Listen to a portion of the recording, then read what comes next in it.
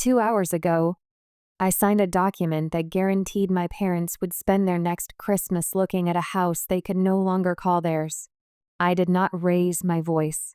I did not slam a door. I did not tell them they deserved it.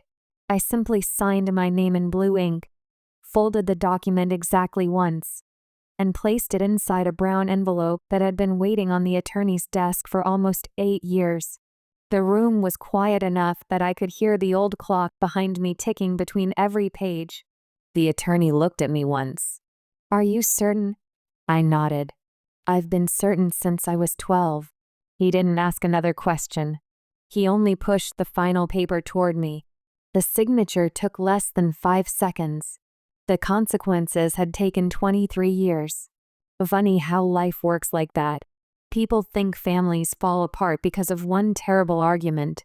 They imagine screaming, broken dishes, doors slammed so hard the windows shake. That wasn't my family. My family specialized in something much quieter. They forgot. Not accidentally. Not once. Systematically. Like builders removing one brick from a wall every year until one morning the entire structure collapses without anyone remembering who started taking the bricks away. It began with Christmas. At least that's where I learned what being invisible felt like. Every December my mother covered the house with lights. My father climbed onto the roof himself because he said hiring someone would ruin the tradition. The neighbors admired our decorations. Children stopped outside to point at the glowing reindeer. Inside, everything looked perfect. Outside, everything looked perfect. Only one person understood that perfect houses sometimes hide unfinished rooms. That person was me. I never hated Christmas. I hated realizing that every Christmas contained another small reminder that I mattered a little less than everyone else sitting around the tree. When I was 7, they forgot to put my name on one present. "It happens," my mother laughed. When I was 9, family photographs somehow started after I had been sent upstairs to get more batteries. "We'll take another one later." We never did. At 11, they left me sleeping while everyone drove to my grandmother's house for breakfast. Dad apologized. Mom blamed traffic. My older sister Emma joked that I could always eat cereal. Everyone laughed, even me. That's what children do. They laugh because they think adults know something they don't. They assume next year will be different. Next year wasn't, or the year after that, or the year after that. Every Christmas became another missing brick, tiny enough that nobody noticed, heavy enough that I carried all of them. The strange part is this. My parents weren't cruel people. They donated to food drives. They remembered birthdays for neighbors. My father never missed volunteering at church. My mother baked pies for families who had lost loved ones. People called them generous, kind, reliable, and they were. Just not with me. Sometimes neglect doesn't arrive wearing anger. Sometimes it arrives wearing distraction. And distraction repeated long enough becomes someone's identity. Mine became the child who would understand. The child who never complained. The child who could wait. I became so good at waiting that silence felt more familiar than conversation. There was only one person who seemed to notice. My grandfather. He never confronted my parents. That wasn't his way. He believed foundations were repaired quietly, not with explosions, with careful measurements. He had spent 40 years building houses across 3 counties. He said people misunderstood construction. They think the roof keeps a house standing. He smiled whenever he said that. It doesn't. The foundation does. Then he tapped my forehead gently. Same with people. He taught me how to read blueprints before I learned algebra. Every Saturday we visited construction sites together. He carried a notebook. I carried his measuring tape. He never wasted words. If a beam is crooked by 1 inch today, he told me once, it'll miss the ceiling by 3 feet 20 years later. At 12, I thought he was talking about houses. At 35, I realized he'd been talking about families. He noticed everything. which chair I wasn't offered, which conversations stopped when I entered, how every holiday somehow revolved around Emma's achievements. Emma wasn't evil. She simply grew accustomed to occupying all available space, like ivy climbing a wall. Not malicious, just relentless. She became the daughter who needed attention. I became the son who needed nothing. At least that's what everyone assumed. One snowy Christmas Eve, when I was 14, grandfather handed me a small wooden box. Inside rested a brass compass. Old, scratched, heavy. "It doesn't tell you where to go," he said. "It reminds you not to get lost following other people." I still have that compass. Not because it's valuable, because it's honest. Objects don't pretend. People do. 3 years later, grandfather died. The funeral filled every pew. Builders came from 4 different states. Clients cried harder than relatives. That tells you something about a man's life. After everyone left the cemetery, the attorney asked me to stay. Only me. Not my parents. Not Emma. Me. He handed me another envelope. "Your grandfather trusted timing," he said. "This stays sealed until your 35th birthday." I looked at the handwriting.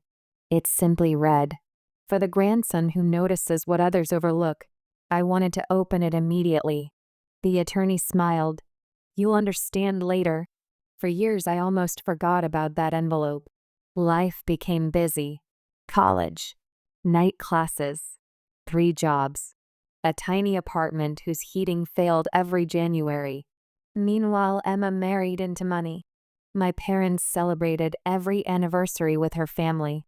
Their social media pages filled with smiling photographs, wine tastings, beach vacations, holiday dinners. Sometimes I appeared in one picture, usually standing near the edge, like someone accidentally included by a camera with too wide an angle. Every Christmas invitation sounded identical. "You are coming, right?" As though attendance and belonging were the same thing. They aren't. One Christmas I drove 4 hours carrying gifts I had spent 3 months saving for. A handmade rocking chair for my father. A restored sewing cabinet for my mother. A photo album I assembled myself. Nobody opened them until after dessert. Emma received applause for bringing imported chocolates that probably took 5 minutes to order online. I received polite nods. Not because my gifts weren't appreciated, because nobody noticed the effort inside them. That night I drove home through freezing rain. I stopped at a gas station, bought stale coffee, sat in the parking lot for nearly an hour, not crying, just thinking. Builders inspect structures after storms. I was inspecting mine, and I realized something uncomfortable. You cannot force people to build a home where they only intended to construct a hallway. So I stopped chasing invitations. I answered fewer calls, worked longer hours, started a property management business with exactly $12,400 I had saved over 6 years. People laughed. The housing market wasn't friendly. Banks weren't generous. My office contained 1 folding table, 2 mismatched chairs, and a coffee maker older than I was. Still, foundations don't look impressive on the first day. They aren't supposed to. They simply have to hold. Foundations don't look impressive on the first day. They aren't supposed to. They simply have to hold. That first office occupied the corner of an old warehouse on the east side of town. The windows leaked cold air during winter, and every passing train rattled the filing cabinet hard enough to make me think the entire building might collapse. My monthly rent was $490. Some months, paying that felt like winning a small war. I became my own receptionist, my own accountant, my own maintenance crew.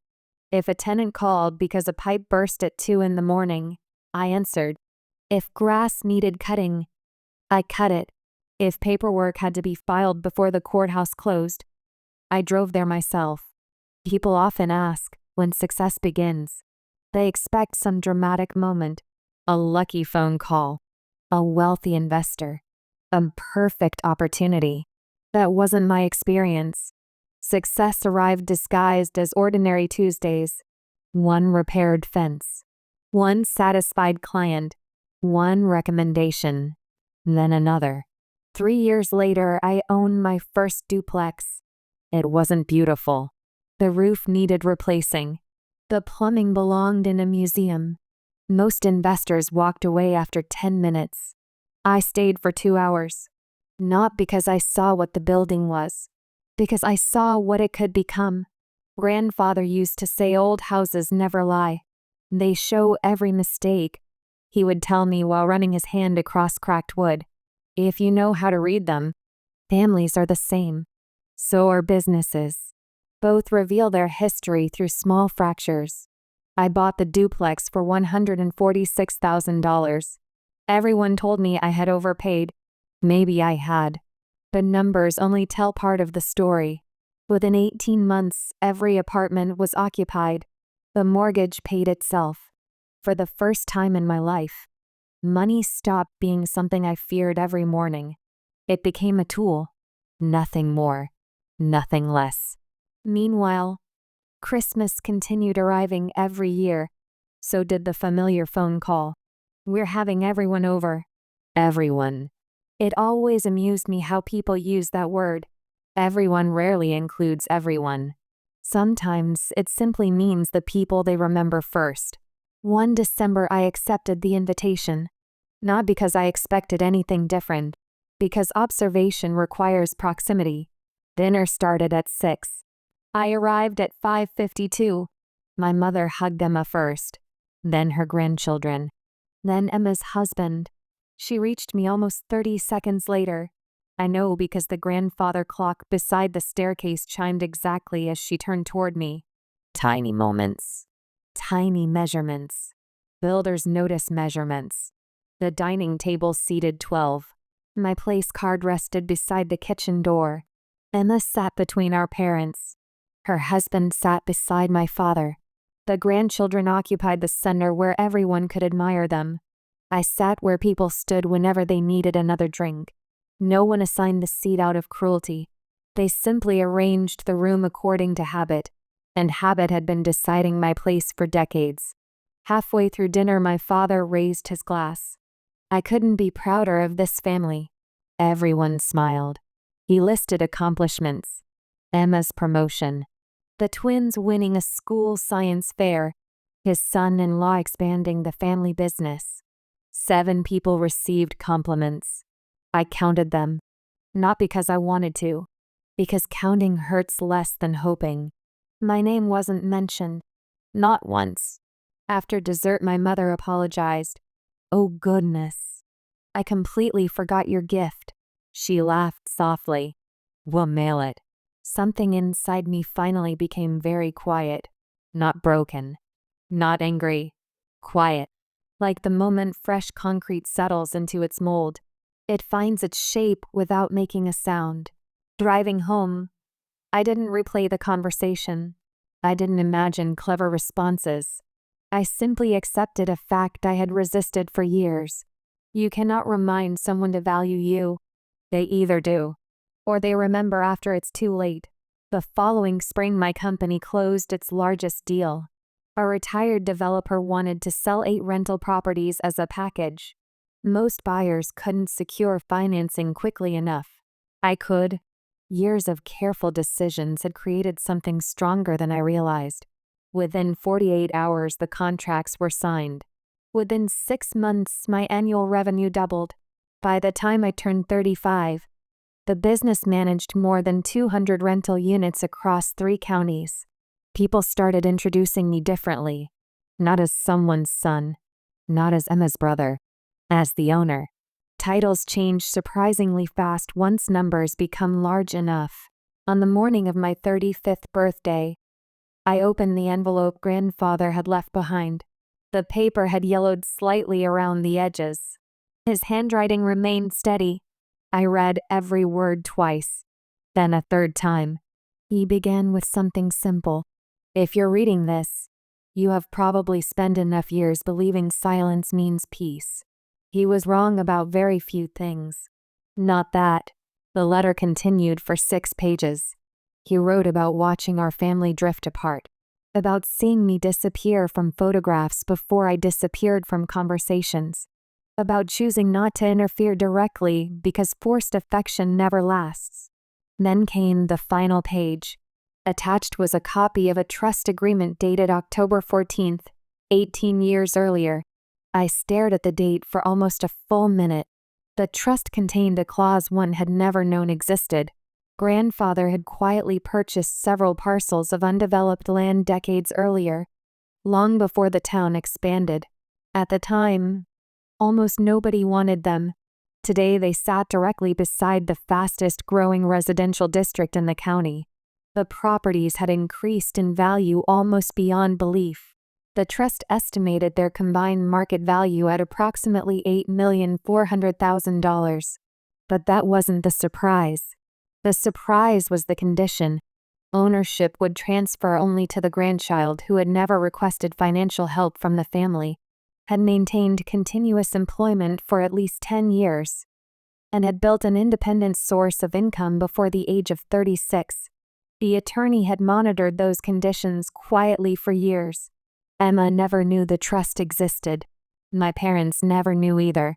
Grandfather believed that revealing it early would change everyone's behavior. He wanted character measured before reward, not after. At the bottom of the page he had written one final sentence in blue ink. People reveal themselves most honestly when they believe there is nothing to gain. I folded the letter carefully, placed it back inside the envelope. Then I looked out my office window. Across the street stood the largest empty estate in town. Everyone called it Ashcroft House. 7 bedrooms, a library, a stone staircase, almost 2 acres of land. It had been listed for nearly a year. Too expensive, too large, too intimidating. Most people admired it from the road.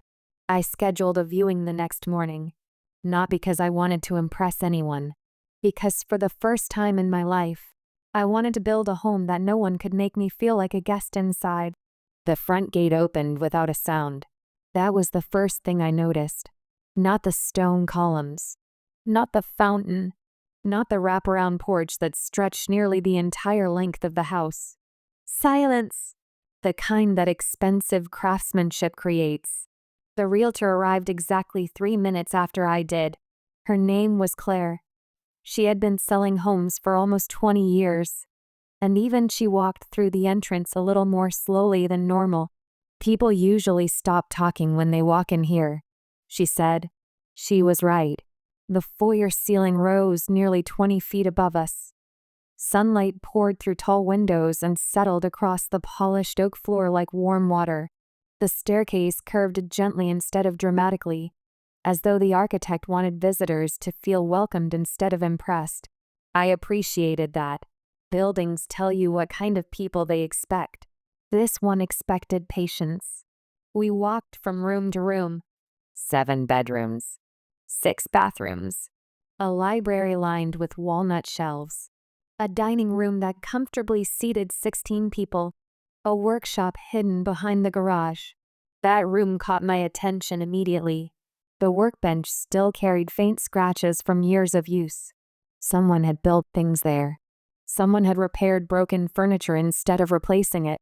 I ran my fingers across the worn wood and smiled. Grandfather would have liked this room. Claire watched quietly. Most buyers spend an hour looking at the kitchen. You've spent 15 minutes in the workshop. I laughed.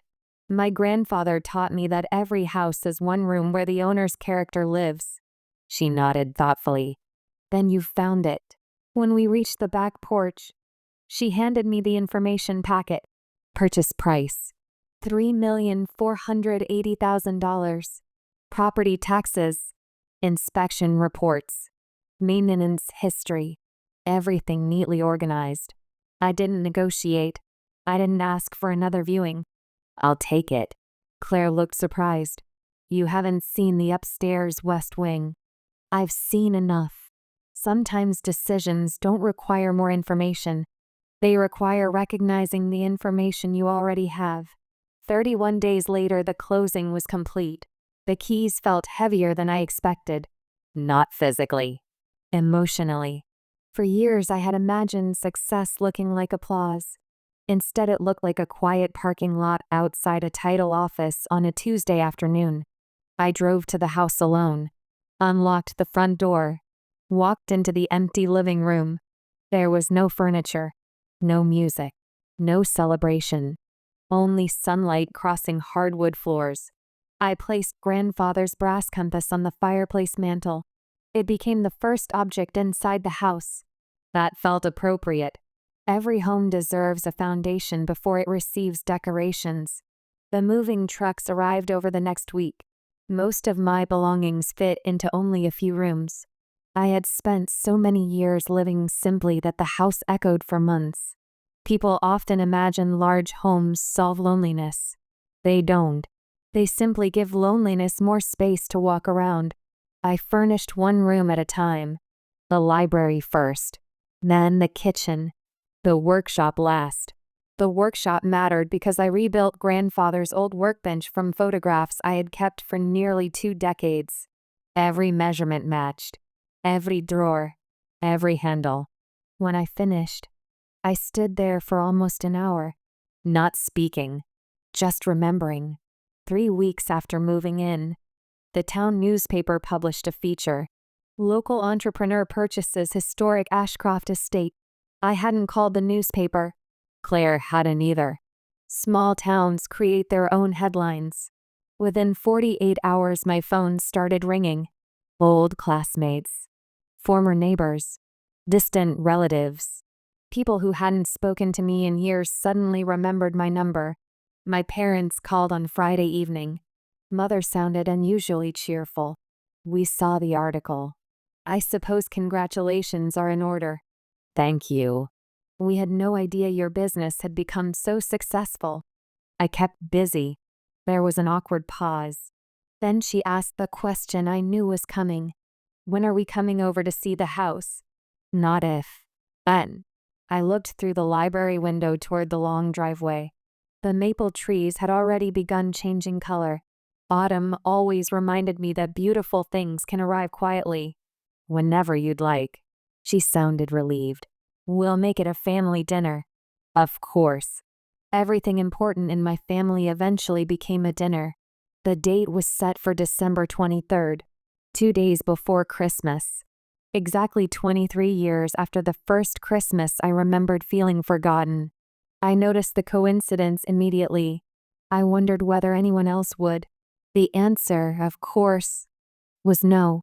For the next month, I prepared the house myself. No event planner, no catering company. I polished the dining table, adjusted every chair personally, placed 12 settings around the room. Not 11, not 13, 12. Exactly as many as the old dining room where I had spent so many holidays feeling invisible. Only this table was different. Every chair occupied equal space. Nobody would sit beside the kitchen door. Nobody would become an afterthought because of where they had been placed. On the morning of the dinner, my attorney called. I have the documents. I'll bring them after dessert. Good. He hesitated. Once they're read, I know. Nothing can be undone. I know. He didn't need to explain. Neither of us was thinking about revenge. We were thinking about consequences. Those are different things. Revenge tries to create pain. Consequences simply arrive when enough time has passed. By 6 o'clock, headlights appeared at the end of the driveway. One vehicle, then another, then a third. I watched from the library window, not hiding, observing. Builders inspect before they welcome. Mother stepped out first. She stared at the house for several seconds. Father removed his glasses to look again. Emma slowly turned in a full circle, taking in the property. Even from inside, I could see the expression on her face. Calculation, not admiration. Calculation. She was already estimating value, already imagining possibilities. Some habits survive every season. I opened the front door before anyone knocked. Mother hugged me tightly. This place is unbelievable. Father whistled softly. I don't think I've ever been inside a home like this. Emma smiled. You've done well. 3 simple words. Not I'm proud of you. Not you worked hard. Just, you've done well.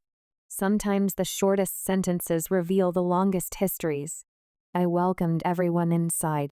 Coats were hung. Drinks were poured. The grandchildren ran laughing through the hallway. For the first time in years, I watched my family moving through a house that belonged to me. It felt strangely peaceful, not triumphant. Peaceful. Dinner began exactly at 7. The conversation flowed easily. The holiday plans. I spoke less than anyone else. Observation had become second nature. During the meal I counted something. Old habits return when emotions become complicated. My name was spoken 14 times. Not once because someone needed me. Not once because someone asked about my life. Every mention involved the house. His house. His property. His investment. Interesting. People who had once overlooked me now found endless reasons to discuss what I owned. Not who I was. What I owned. There is a difference. A very expensive difference. After dessert, Emma placed her coffee cup on the table and smiled. So, what happens to a place like this one day? The room became noticeably quieter. She asked it casually. Too casually. As in, who inherits it? Father laughed. Emma. She shrugged. I'm just curious. No harm in asking. I looked at her for several seconds before answering. Actually, there is. No one spoke. The grandfather clock in the hallway ticked loudly enough for everyone to hear. At that exact moment, the doorbell rang. The doorbell rang. No one moved. I stood, excused myself, and walked toward the front door at the same steady pace I had used all evening. When I opened it, my attorney was standing there with a slim leather portfolio under his arm.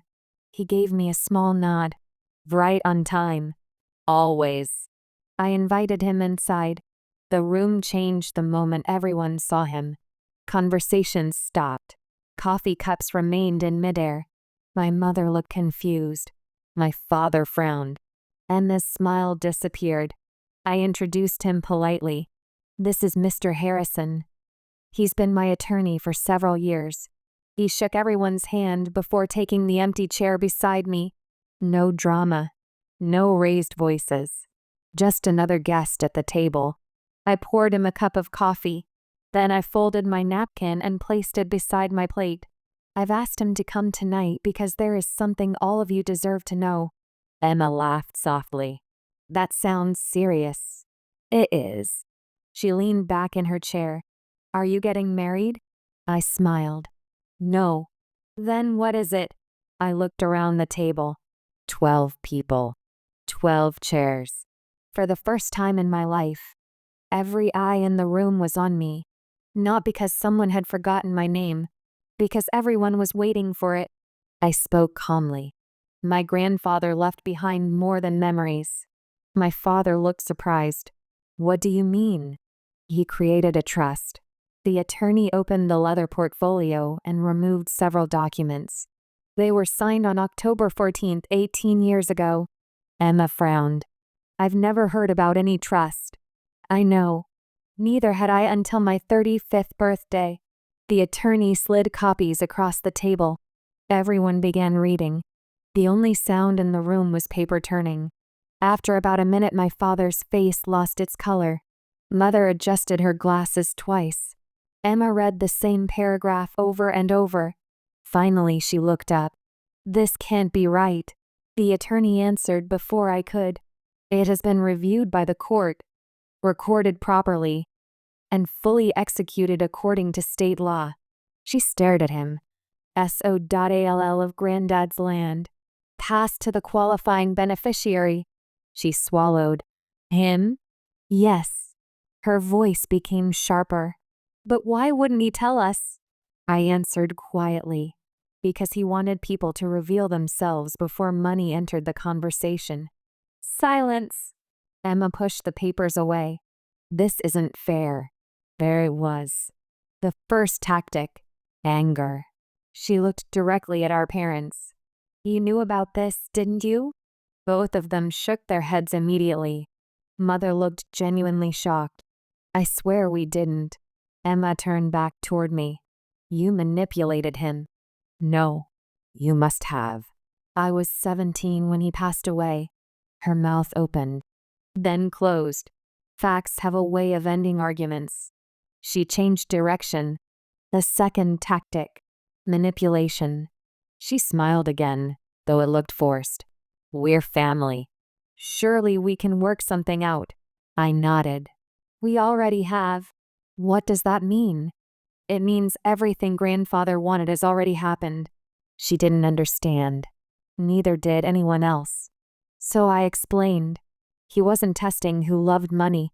He was testing who could build a life without expecting someone else to finance it. My father lowered his eyes. For several seconds he said nothing. Then, almost in a whisper, he asked, "Did we really make you feel that alone?" It was the first honest question anyone had asked me all evening. I didn't answer immediately. I counted to 5, not because I was angry, because accuracy matters. You didn't make me feel alone. You simply taught me not to expect anyone. Those words landed harder than shouting ever could. Mother covered her mouth. Tears filled her eyes. I never realized. I know. She began crying. Real tears, not dramatic ones. The quiet kind that arrive when memory begins rearranging itself. She started naming Christmases, the batteries, the family picture, the breakfast at your grandmother's. One by one, she remembered. Every event I thought had disappeared.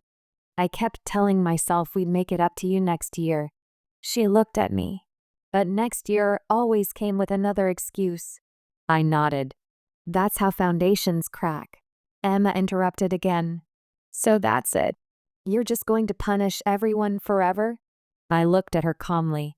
No, this isn't punishment. It's ownership. She crossed her arms. You could still divide everything equally. I could. You won't. No. Her expression hardened. Then came the third tactic. Fake tears. She began crying almost on command. I've always looked up to you. I didn't respond. You know I love you.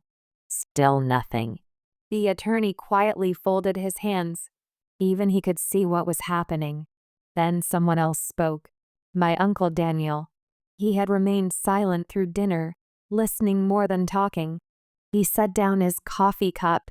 Emma. She looked toward him. He spoke with remarkable calm. Your brother isn't taking anything from you.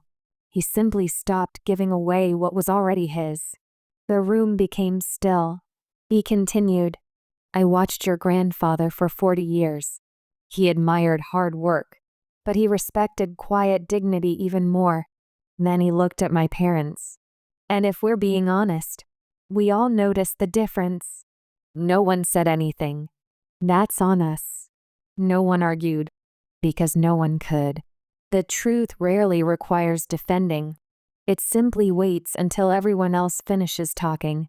I reached into my jacket pocket and removed something small. Grandfather's brass compass. The same one he had given me when I was 14. I placed it in the center of the table. My grandfather told me this compass doesn't tell you where to go.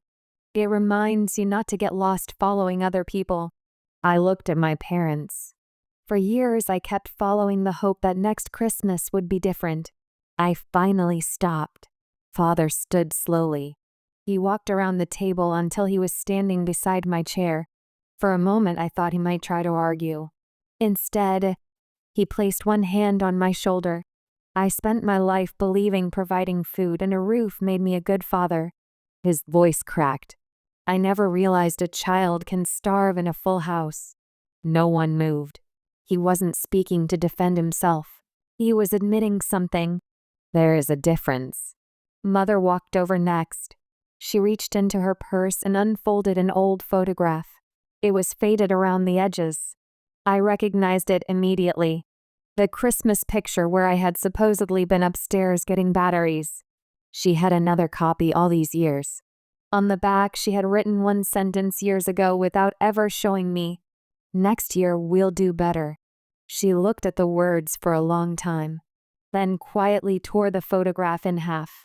Waiting for next year cost us too many years. I gently took the two pieces from her hands. "No." I placed them together carefully. "We don't erase the past. We learn from it." For the next hour, nobody talked about money. Nobody mentioned the trust. Nobody asked for a share of the property. Instead, we talked, really talked, for the first time in decades, about memories, mistakes, things left unsaid. When everyone finally left that night, my father was the last person standing at the front door. He looked back at the house, then at me. "I don't know if you'll ever forgive us," I answered honestly. "Forgiveness isn't a single decision. It's something people build." He smiled sadly. "A foundation." "Exactly." He nodded once and walked toward his car. Over the following 90 days, things changed slowly. Not perfectly. Slowly. My parents began calling every Sunday, not because they needed something, because they wanted to know how I was. Mother started sending handwritten letters instead of holiday cards with pre-printed messages. Father visited my workshop twice a month. Sometimes we repaired old furniture. Sometimes we said almost nothing. Silence feels different when it no longer carries distance. Emma took much longer. Nearly 8 months passed before she knocked on my front door alone. No gifts. No speeches. Just an apology. It wasn't perfect. Neither was she. Neither was I. But it was honest.